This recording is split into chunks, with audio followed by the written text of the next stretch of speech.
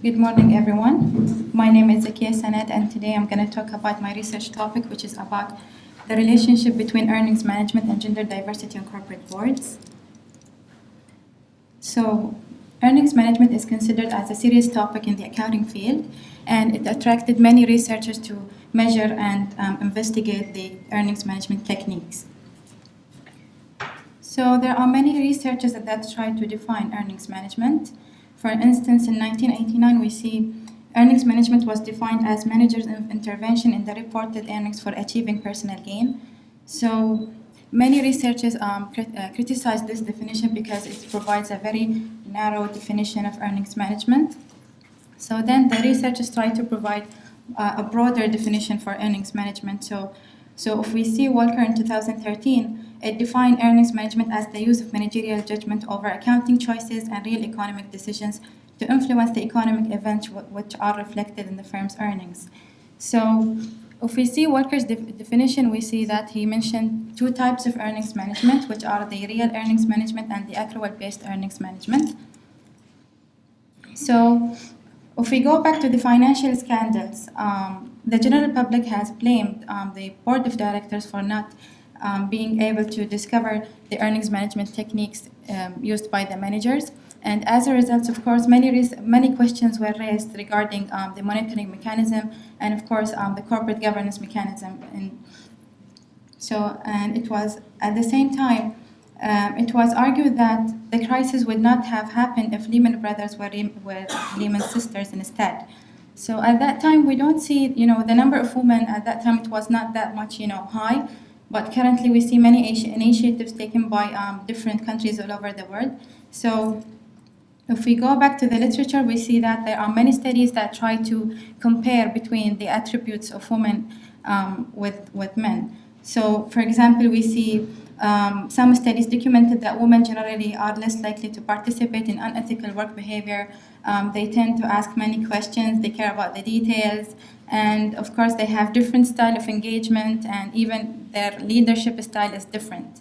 So all of these characteristics would provide an indicator that the presence of women on corporate boards would contribute in eliminating the earnings management practices. So I have classified the studies that linked earnings management with the gender diversity based on the regions. So this table shows the studies that were conducted in the US. So as you can see, the study findings in here, it shows mixed results. Some of them said that the presence of women can eliminate the opportunistic earnings management, and some of them said it can't eliminate the practices. So even in Europe, we see that there are mixed results, and the studies generally they focused on particular type of earnings management, which is the accrual method, and the same scenario can be applied in Asia. We see that there are different mixed results provided. So this brings us to the research problem. So as mentioned earlier, there are many studies that try to test the earnings management techniques, however, separately. Plus, there are many studies that link the corporate governance with earnings management. However, there are limited number that test the relationship between gender diversity with earnings management, and at the same time, it provided mixed results. So why it is important to test both types at the same time? Because recent studies show that managers can engage in different types of earnings management. So it won't be practical just to focus on one particular type of earnings management and ignore the other types. And at the same time, the studies shows that both types of earnings management can increase the information asymmetry and, of course, reduce the transparency of the reports. So at the same time, we see that many countries, they have different initiatives just to increase the number of women. So it is very important to investigate either these initiatives are reflected positively or negatively to the firm's earnings. So the research objective, this is the main research objective, which is to test the relationship between both different types of earnings management with the presence of women board directors on European corporate boards. So I'm going to also address different dimensions such as the board and committee's position. I'm going to see if the chairperson was a female member, even the CEO, the CFO, either their membership in the audit committee and the other committees in the board.